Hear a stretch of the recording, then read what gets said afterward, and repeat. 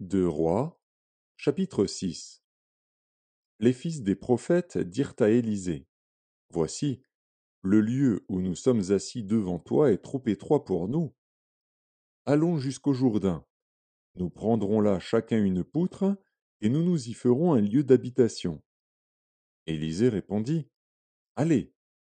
Et l'un d'eux dit, Consens à venir avec tes serviteurs. Il répondit, J'irai.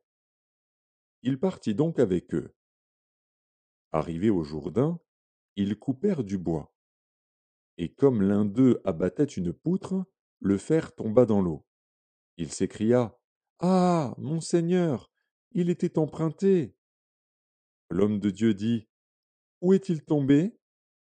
Et il lui montra la place. Alors Élisée coupa un morceau de bois, le jeta à la même place et fit surnager le fer.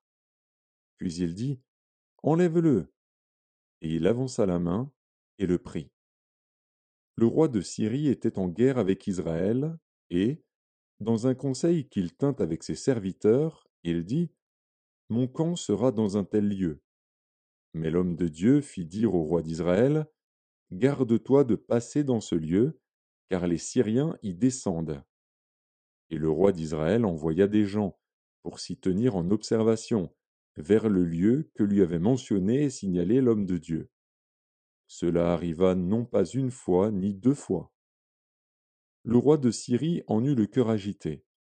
Il appela ses serviteurs et leur dit, Ne voulez-vous pas me déclarer lequel de nous est pour le roi d'Israël? L'un de ses serviteurs répondit, Personne. Ô roi mon seigneur.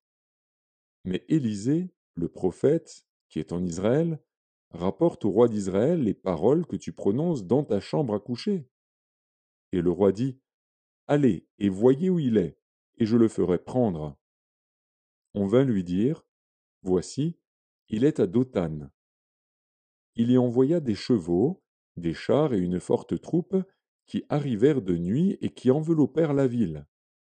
Le serviteur de l'homme de Dieu se leva de bon matin et sortit.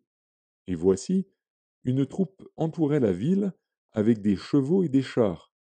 Et le serviteur dit à l'homme de Dieu, Ah, mon Seigneur, comment ferons-nous? Il répondit, Ne crains point, car ceux qui sont avec nous sont en plus grand nombre que ceux qui sont avec eux. Élisée pria et dit, Éternel, ouvre ses yeux pour qu'il voie. Et l'Éternel ouvrit les yeux du serviteur, qui vit la montagne pleine de chevaux et de chars de feu autour d'Élysée. Les Syriens descendirent vers Élysée. Il adressa alors cette prière à l'Éternel.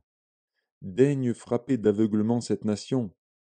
Et l'Éternel les frappa d'aveuglement, selon la parole d'Élysée. Élysée leur dit, Ce n'est pas ici le chemin, et ce n'est pas ici la ville. Suivez-moi, et je vous conduirai vers l'homme que vous cherchez. Et il les conduisit à Samarie. Lorsqu'ils furent entrés dans Samarie, Élisée dit, Éternel, ouvre les yeux de ces gens pour qu'ils voient. Et l'Éternel ouvrit leurs yeux, et ils virent qu'ils étaient au milieu de Samarie. Le roi d'Israël, en les voyant, dit à Élisée, Frapperai-je? Frapperai-je, mon père? Tu ne frapperas point, répondit Élisée. Est-ce que tu frappes ceux que tu fais prisonniers avec ton épée et avec ton arc? Donne-leur du pain et de l'eau, afin qu'ils mangent et boivent, et qu'ils s'en aillent ensuite vers leur maître. Le roi d'Israël leur fit servir un grand repas, et ils mangèrent et burent. Puis il les renvoya, et ils s'en allèrent vers leur maître. Et les troupes des Syriens ne revinrent plus sur le territoire d'Israël. Après cela, Ben-Hadad, roi de Syrie, ayant rassemblé toute son armée, monta et assiégea Samarie. Il y eut une grande famine dans Samarie, et ils la serrèrent tellement qu'une tête d'âne valait 80 cycles d'argent, et le quart d'un câble de fiente de pigeon 5 cycles d'argent. Et comme le roi passait sur la muraille, une femme lui cria, Sauve-moi, ô roi, mon seigneur. Il répondit, Si l'Éternel ne te sauve pas, avec quoi te sauverai-je? Avec le produit de l'air ou du pressoir? Et le roi lui dit, Qu'as-tu?